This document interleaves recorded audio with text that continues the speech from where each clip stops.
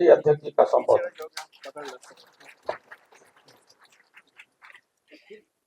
मैं सबसे पहले अपने प्रेस के साथियों का बहुत धन्यवाद देना चाहता हूँ। आज बहुत खुशी की बात है कि आज समाजवादी पार्टी में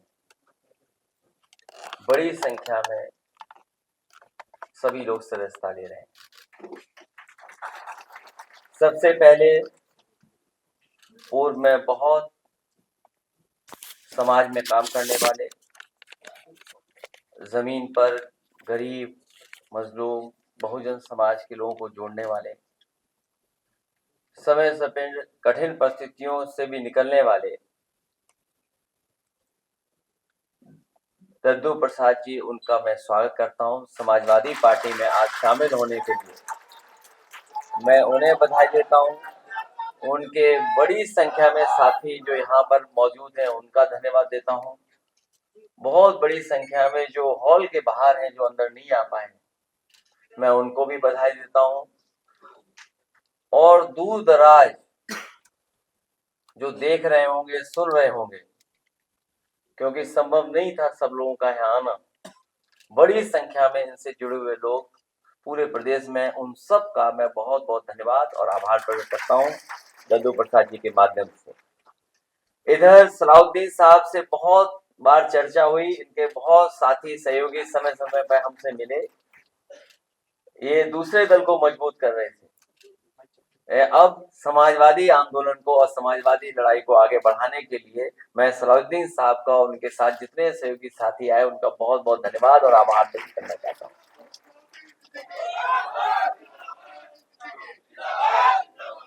श्री देव रंजन नागर जी मेरे साथ पहले से जुड़े हैं और पार्टी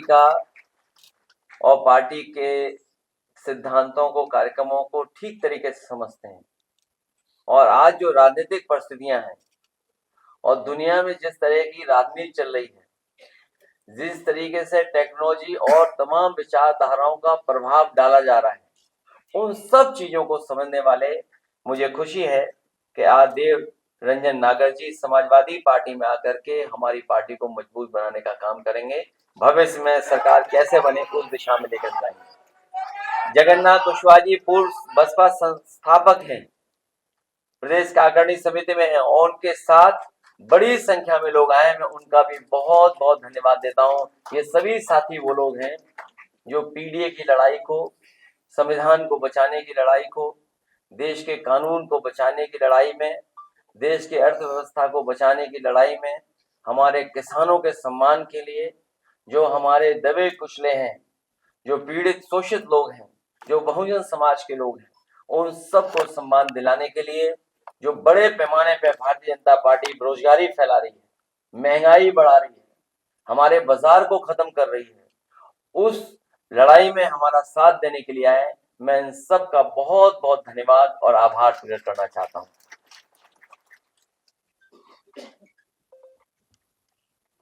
इसके साथ साथ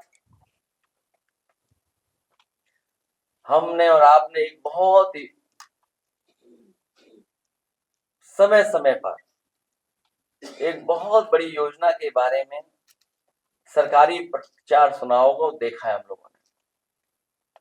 भारतीय जनता पार्टी के लोग कभी नहीं थकते अपनी योजनाओं को बताने में। आज एक बहुत महत्वपूर्ण योजना, मुद्रा योजना,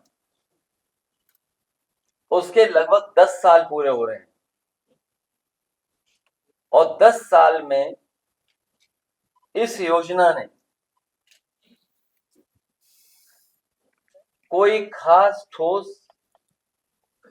प्रभाव समाज में और अर्थव्यवस्था में नहीं छोड़ा है। ये मुद्रा योजना नहीं, ये झूठा योजना बनकर के रह गई है। मैं कुछ सवाल जनता की तरफ से या जो सवाल आ रहे हैं मुद्रा योजना को लेकर के, उनको जरूर रखना चाहता हूं। मुद्रा योजना की पहली 10 के पारी होने पर 10 वर्ष के नाम पर निम्नलिखित 10 महत्वपूर्ण, सरल और सीधे सवाल तो जनता भाजपा ही से पूछ सकती है, और हम लोग भी भारतीय जनता पार्टी से पूछना चाहते हैं, क्योंकि आंकड़े के खेल में कोई नहीं जीत सकता उनसे। समय समय पर जो आंकड़े सरकार बताती है, लेकिन वो आंकड़े कहां से आते हैं, किस मेथोडोलॉजी से आते हैं, किस तरीके से वो प्राप्त करते हैं, उसकी कोई जानकारी नहीं मिलती। चाहे जो बड़े बड़े महाआयोजन हुए हैं, उसकी जो आंकड़े बताए गए, वो आंकड़े तो बढ़ चढ़ करके बताए गए, लेकिन जब कभी भी हम और आप लोग सवाल करते हैं कि जो लोग खोए हैं, जिन लोगों की जान चली गई, जो लोग सड़क के आने जाने में जिनकी जान चली गई, उसके जवाब में कोई आंकड़ा सरकार की तरफ से नहीं आता है। तो इसलिए मुद्रा योजना को लेकर के क्या सच में 52 करोड़ लोगों को मुद्रा योजना का पैसा मिला? यदि ये सत्य है तो मुद्रा ऋण लेने वालों ने अगर 2 लोगों को भी रोजगार दिया तो पूरे देश में बेरोजगारी लगभग शून्य होनी चाहिए। क्या इस तथ्य में कोई डिफरेंस नजर आता है, विसंगति नजर आती है? जब दोनों ही आंकड़े सरकारी हैं, तो मुद्रा योजना या बेरोजगारी के आंकड़े में से किसको सही माना जाए? क्योंकि अगर योजना 52 करोड़ लोगों तक पहुंची और 52 करोड़ में अगर एक प्राप्त ने 2 लोगों को भी नौकरी दी है, तो सोचो आंकड़ा कितना बड़ा बनता है। मुद्रा योजना में लोन लेने के रूप में बांटा 33 लाख करोड़ रुपया किसके खाते में गया है? ये 10 साल की योजना में कोई छोटा मोटा पैसा नहीं इकट्ठा हुआ है या बांटा नहीं गया, 33 लाख करोड़ रुपया बांटा गया। क्या इन खातों की कभी जांच परख या लेखा परीक्षण या कहीं ऑडिट हुआ है? क्या इनके द्वारा समर्थित या शुरू हुए उपक्रमों में कभी लाभ कमाया और दिखाया गया हो? क्या सरकार को इनसे कभी इनकम टैक्स प्राप्त हुआ, और हुआ होगा तो कितना हुआ होगा? क्या इनमें से किसी ने जीएसटी का रजिस्ट्रेशन करवाया? कि अगर 52 करोड़ लोगों को मुद्रा लोन दिया गया है, वितरण पर हुए कुल खर्च और इससे मिले कुल ब्याज के बीच क्या कुछ लाभ हुआ, या ये योजना कुछ अपने लोगों को बैंकों के खजाने से पैसा पहुंचाने का माध्यम मात्र बनकर रह गई है? जवाब जुमलाई सरकार देगी या बैंक? ये जो 33 लाख करोड़ और 52 करोड़ लोगों को पहुंचाया गया इससे लोन का, तो आखिरकार जवाब कौन देगा, सरकार देगी या बैंक देगी? ये बातें मैं इसलिए कर रहा हूं क्योंकि भारतीय जनता पार्टी अपनी नाकामी छिपाने के लिए बहुत सारे फैसले लेती है। अपनी हर योजना की नाकामी छिपाने के लिए कम्युनल रास्ता अपना रही है, कॉन्स्टिट्यूशन को खत्म कर रही है, लोकतंत्र की परवाह नहीं कर रही है, कानून की परवाह नहीं कर रही है।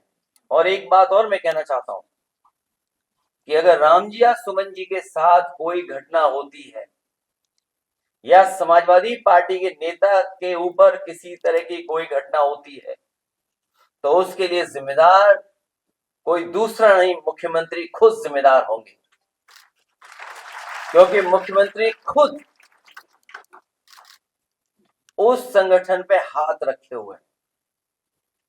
जितने भी लोग उसमें दिखाई दे रहे हैं, हालांकि जाति की बात नहीं करनी चाहिए, जातियों की बातें समाजवादी लोग नहीं करते हैं,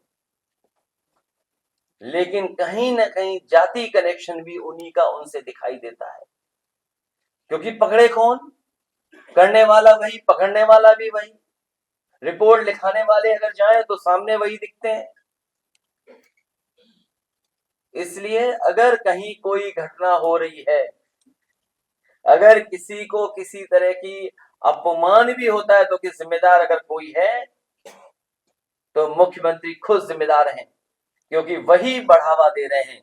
जिस तरीके से हिटलर के जमाने में ट्रूपर्स होते थे, उसी तरीके से इन्होंने एक हिडन अंडरग्राउंड फौज तैयार की है, जो समय समय पर लोगों को अपमानित कर रही है, थानों में अपमानित कर रही है, तहसील में अपमानित कर रही है, पैसे लूटने में सबसे ज्यादा आगे दिखाई दे रहे हैं। जो लोग कहते थे कि यहाँ 0 टॉलरेंस है करप्शन के लिए, इनका खुद अधिकारी पकड़ा गया, और अगर वो कहीं छिपा नहीं है, वो मुख्यमंत्री आवास में छिपा होगा। मैं एक बार फिर दद्दू प्रसाद जी, देवरंजन नागर जी और सलाउद्दीन साहब से लेकर के जगन्नाथ कुशवाहा जी, जितने भी उनके सहयोगी साथी आए हैं, मैं उन सब का अपनी तरफ से, पार्टी की तरफ से बहुत बहुत धन्यवाद देता हूं, स्वागत करता हूं, बधाई देता हूं और इस उम्मीद को बनाने का काम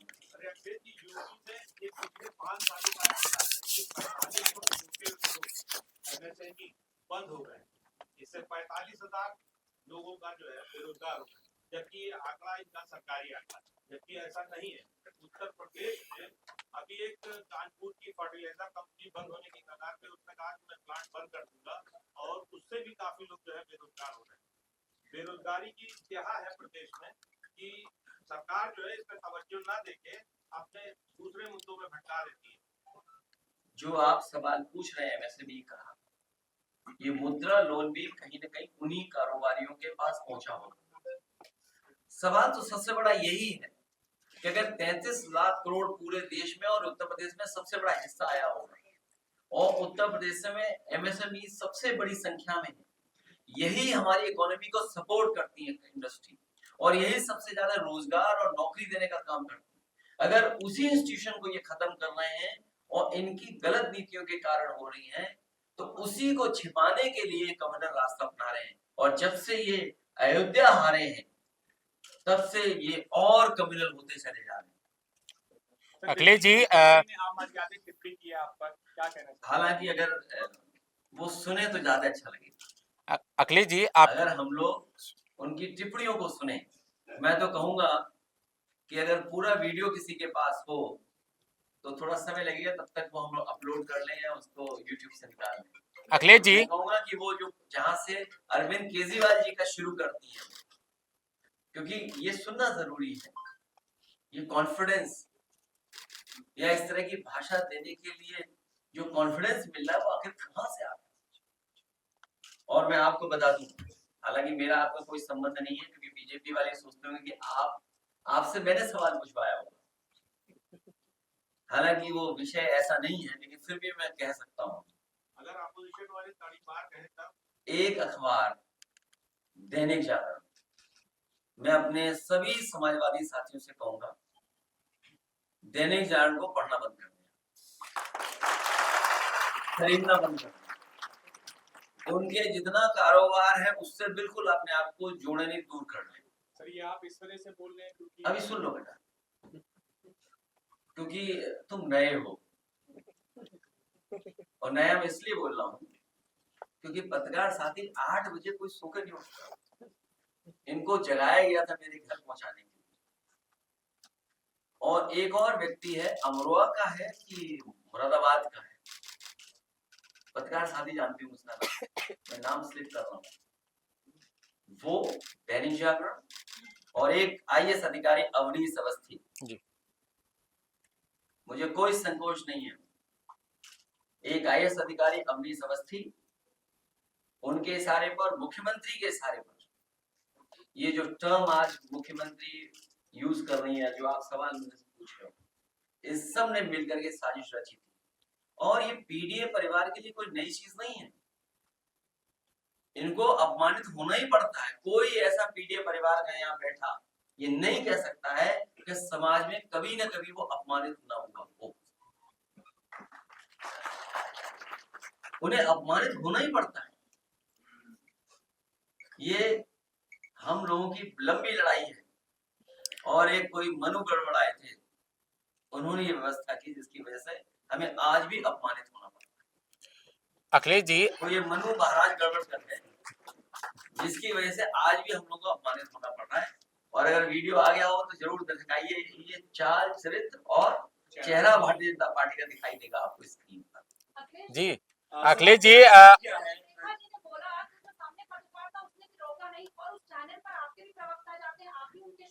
तो वो थोड़ा कांग्रेस से लगाव रखता है, आज से न्यूज़ 24 पे कोई नहीं जाएगा। अखिलेश जी, अखिलेश जी, आप खासकर तब रामनवमी के मौके पर उत्तर प्रदेश के कई जिलों में कम्युनल टेंशन जैसी स्थिति बनी हुई है, प्रयागराज का मामला है। सलार मसूद गाजी की दरगाह पर कुछ लोग भगवा झंडे लेकर जाते हैं, डीएमएसपी को बताकर फेसबुक पर लाइव करते हुए जाते हैं, दरगाह के ऊपर चढ़ते हैं, भगवा झंडे लहराते हैं और इस घटना के बाद अब तक कोई कार्रवाई नहीं हुई है। खुलेआम घूम रहे हैं और वो खुद को बीजेपी का नेता बताता है। देखिए, कार्रवाई इसलिए नहीं हो रही है, दो एंगल जो मुझे समझ में आ रहा है, हो सकता है मैं गलत हूं इस बात पे, लेकिन आप इस पर विचार जरूर करना। करने वाला मुख्यमंत्री जी की सेम जाति बिरादरी का, इसलिए उसको इम्यूनिटी है किसी चीज को लेकर के। न एसओ कुछ बोलेगा, न एसपी बोलेगा, न डीएम बोलेगा, न कमिश्नर बोलेगा। इसीलिए हम लोग कहते थे कि संविधान खतरे में, कानून खतरे में। ये बाबा साहब भीमराव अम्बेडकर जी का जो संविधान है, ये हमारी ढाल है, हमारी संजीवनी है, हमें सम्मान दिलाता है। उसी को खतरा पैदा करना, सोचिए कोई कल्पना कर सकता है कि एक डेमोक्रेटिक कंट्री में, कॉन्स्टिट्यूशनल, जहां कॉन्स्टिट्यूशन हो, जहां कानून हो, जहां शपथ ली गई हो, वहां पर कोई झंडा लेकर किस तरह का व्यवहार कर ले, और फिर पुलिस जो देख करके टांग पे गोली मार देती है। तो सोचिए, बिना मुख्यमंत्री के इशारे पर ये नहीं हो सकता था। ये सब मुख्यमंत्री के इशारे पे, इसलिए क्योंकि अपनी नाकामी उन्हें छिपानी है। और नाकामी क्या है मैं बता दूं आपको। पीडीए, प्रयागराज डेवलपमेंट अथॉरिटी, पिछले 10 साल में प्लॉट जितने भी थे, 2-3 लोगों को सब अलॉट कर दिए। आप पता करवाइए। एक मंत्री भी मंत्री तो सब ले लिया है। जी वीडियो वीडियो आ गया। तो आप ही कभी क्यों नहीं पूछते, जैसे हमारे पत्रकार साथियों 46 में 56 मुख्यमंत्री हैं, उनसे ये तो पूछो कि जीरो पॉवर्टी क्या है, कि केवल अधिकारियों ने बता दिया या ये इकोनॉमिस्टों ने बता दिया कि ये जीरो पॉवर्टी की लाइन है, इस पे आप बोलिए और इससे जीरो पॉवर्टी हो जाएगी। कैसे जीरो पॉवर्टी? और वो सरकार पॉवर्टी खत्म करना चाहती है जो अभी तक ये न बता पा रही हो कि जिन लोगों को राशन दिया जा रहा है, जिन लोगों को राशन दिया जा रहा है, उनकी पर कैपिटा इनकम क्या है। भाई, जो राशन जिनको दिया जा रहा है, हम लोग ही उत्तर प्रदेश में लगभग 12 करोड़ लोग पा रहे होंगे राशन, 15 करोड़। अगर 15 करोड़ पा रहे हैं तो इन 15 करोड़ लोगों का पर कैपिटा इनकम क्या है? तो जीरो पॉवर्टी तो तब हम डिस्कस करेंगे। केवल कह देना कि हम गरीबी हटा देंगे 2 साल में, अरे 2 साल में तो अभी चले जाओगे आप खुद ही। जो सरकार किसानों के लिए कुछ न कर पा रही, पैदावार की सही कीमत न दे पा रही, नौकरी रोजगार न दे पा रही, महंगाई पे कोई नियंत्रण न हो, मुनाफा कमाने दे रहे हो, जीरो टॉलरेंस। सोचो लॉ एंड ऑर्डर में क्या है। सीधी लोग सरकार को गोली मार रहे हैं, जो हत्या हो रही है, चाहे देवरिया हो, गोरखपुर हो। आप खुद देखिए, रिकॉर्ड उठा करके देखिए। जब मुख्यमंत्री जी उत्तर प्रदेश से, राजधानी से गोरखपुर जाते हैं, गोरखपुर से लौट के आते हैं, तुरंत हत्या हो जाती है आसपास। कोई विजिट ऐसी नहीं बची होगी जिसमें मुख्यमंत्री खुद गोरखपुर गए हो और हत्या न हुई हो। कब लौटे बताओ, और कब हुई हत्या बताओ। और परसों ही लौटे होंगे। नहीं, जब लौटे तुरंत हत्या हो जाती। ये पूरा उत्तर प्रदेश गोरखपुर रूल कर रहा है। आप जानकारी करिएगा, पूरा उत्तर प्रदेश गोरखपुर के लोग रूल कर रहे हैं। जो गोरखपुर में रहा होगा, सिपाही भी, चौकी भी, वो भी। अब देखो, भारत समाचार दिखाई दे रहा है, तुम्हारे पत्रकार के साथ कुछ व्यवहार खराब हुआ, सुना हमने।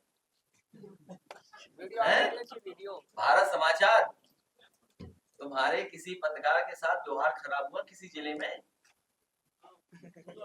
हाँ हुआ, देखिए। अपनी ही खबर इनको नहीं पता।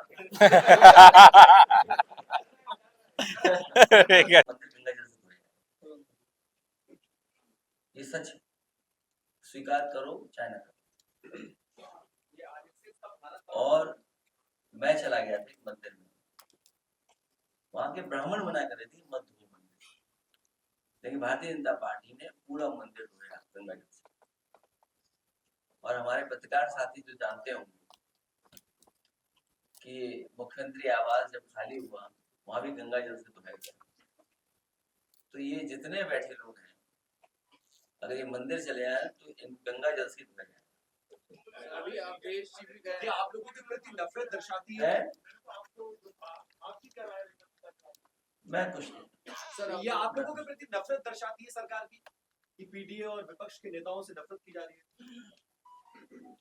नहीं, पीडीए के लोगों को ये परेशानी, ये तकलीफ हमेशा उठानी पड़ती सर अवधेश जी भी, है, इसीलिए हम लोग एकजुट हो रहे हैं। अवधेश जी पे मैंने पिछली बार भी सवाल किया था पत्रकार साथियों से कि मुख्यमंत्री जी कह रहे थे कि 80-20 की लड़ाई है,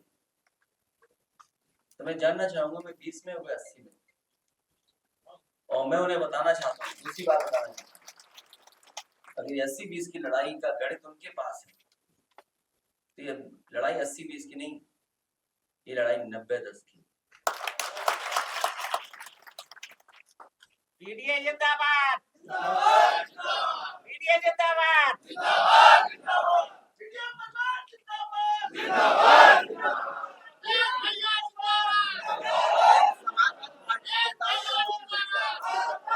समाजवादी पार्टी के नेताओं को नोटिस भेजी जा रही है कि वक्फ बिल के खिलाफ वो प्रदर्शन न करें।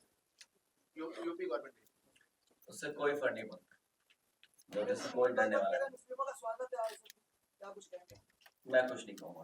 बनारस में एक महिला, मैं चिंता इस बात की कर रहा हूँ, मुझे नहीं पता कि आप कौन हैं, लेकिन अगर कहीं मंदिर चले गए तो गंगा जल भिजवाया जाएगा। अब बताओ कौन हुआ किसानों के है? तिवारी जी तुम्हारा नहीं दिखाया जाएगा। इसीलिए सवाल ऐसा पूछते हैं। अब ये बताओ हमारा मंदिर न धोया उसके लिए क्या करें बताओ? क्या चीज? मैं उनके बारे में कुछ नहीं कह रहा, मनु महाराज ने जो कुछ किया गड़बड़ उसकी वजह से हमें केस करना पड़ा। कौन है मनु महाराज? सर, प्रधानमंत्री के संसदीय निर्वाचन क्षेत्र में एक महिला खिलाड़ी के साथ कार में 7 लोगों ने इसकी इज्जत लूटी है सर, और जब जब प्रधानमंत्री आते हैं तब तब इस तरह के हादसे होते हैं। इस तरह की घटनाएं उत्तर प्रदेश में बढ़ी, इस तरह की घटनाएं उत्तर प्रदेश में बढ़ी। पूरा प्रशासन, पुलिस, जो सुरक्षा होनी चाहिए, जिस तरह का इंतजाम होना चाहिए, पुलिसिंग होनी चाहिए, वो कुछ भी सरकार नहीं कर रही। जब पुलिस से आप दूसरा काम लोगे तो आप उससे कैसे उम्मीद करोगे कि लॉ एंड ऑर्डर पे वो पुलिस काम करे? एक आध घटनाएं नहीं, कितनी घटनाएं। अभी कल ही जब हम लोग बैठे थे या परसों, पुलिस के खिलाफ पुलिस एफआईआर लगा रही, पुलिस ही ढूंढ रही है पुलिस को, और पुलिस को पकड़ के ला रही पुलिस। ये है उत्तर प्रदेश में। What is your opinion regarding Abhishek Kash? Who is this Abhishek Kash? तो मुख्यमंत्री आवास में होंगे कहीं? किसानों की वो किसानों को मुआवजा नहीं दिया जा रहा है सर। सर, प्रधानमंत्री की रैली के लिए जिस जमीन पे फसल काटी गई है वहाँ बटाई पे लोग खेती कर रहे थे, उनको मुआवजा नहीं दिया। एक मिनट, अच्छा आप कौन पहले पूछेगा? अच्छा पहले आप पूछ। सरकार की बस में मुख्यमंत्री को पत्र लिखा है, बांध क्षेत्र आगरा का जो शाहदा गार्डन उसका नाम बदल के उनका नाम पे कर दिया, बहुत कॉन्फ्लिक्ट होगा। मैं इस बात में और बात ऐड कर दूं, उन्हें मुख्यमंत्री बना दो, मांगना ही नहीं पड़ेगा किसी से। वो गवर्नर बन करके विधायक बनी, फिर मंत्री बनी। वो मंत्री बनने के लिए नहीं आई थी, वो मुख्यमंत्री बनने के लिए आई थी। इसलिए आप हमको उनके सामने भी नहीं जाना, बीजेपी नाम हमारा आपका भी बदल देंगे। किसका नाम बदलोगे? आप सोचिए, आप कभी आप खुद सोचिए, बीजेपी अपने नेताओं का भी सम्मान करने के लिए कोई बड़ी योजना नहीं बना पाई, खासकर यूपी में। अभी जो मैच हो रहा था आईपीएल का, वो किसके नाम पे रखा गया बताइए? पटन जी के नाम। वो भगवान विष्णु के नाम पे था, एकाना स्टेडियम। लेकिन बीजेपी ने कोई बड़ा काम नहीं किया, क्योंकि उन्हें अपने नेता के नाम पे कुछ बनाना था, करना था, उन्होंने उसी स्टेडियम का नाम बदल दिया। सोचिए, भगवान से आगे है बीजेपी। दूसरा, नेताजी और समाजवादी पार्टी ने, हम लोगों ने मिलकर के वर्ल्ड क्लास एक कैंसर रिसर्च इंस्टीट्यूट बनाया, और कैंसर रिसर्च इंस्टीट्यूट इसलिए बनाया कि हमारे गरीबों को इलाज के लिए दिल्ली, बंबई या बड़ी बड़ी जगह जाना पड़ता है और कैंसर का इलाज बहुत महंगा है।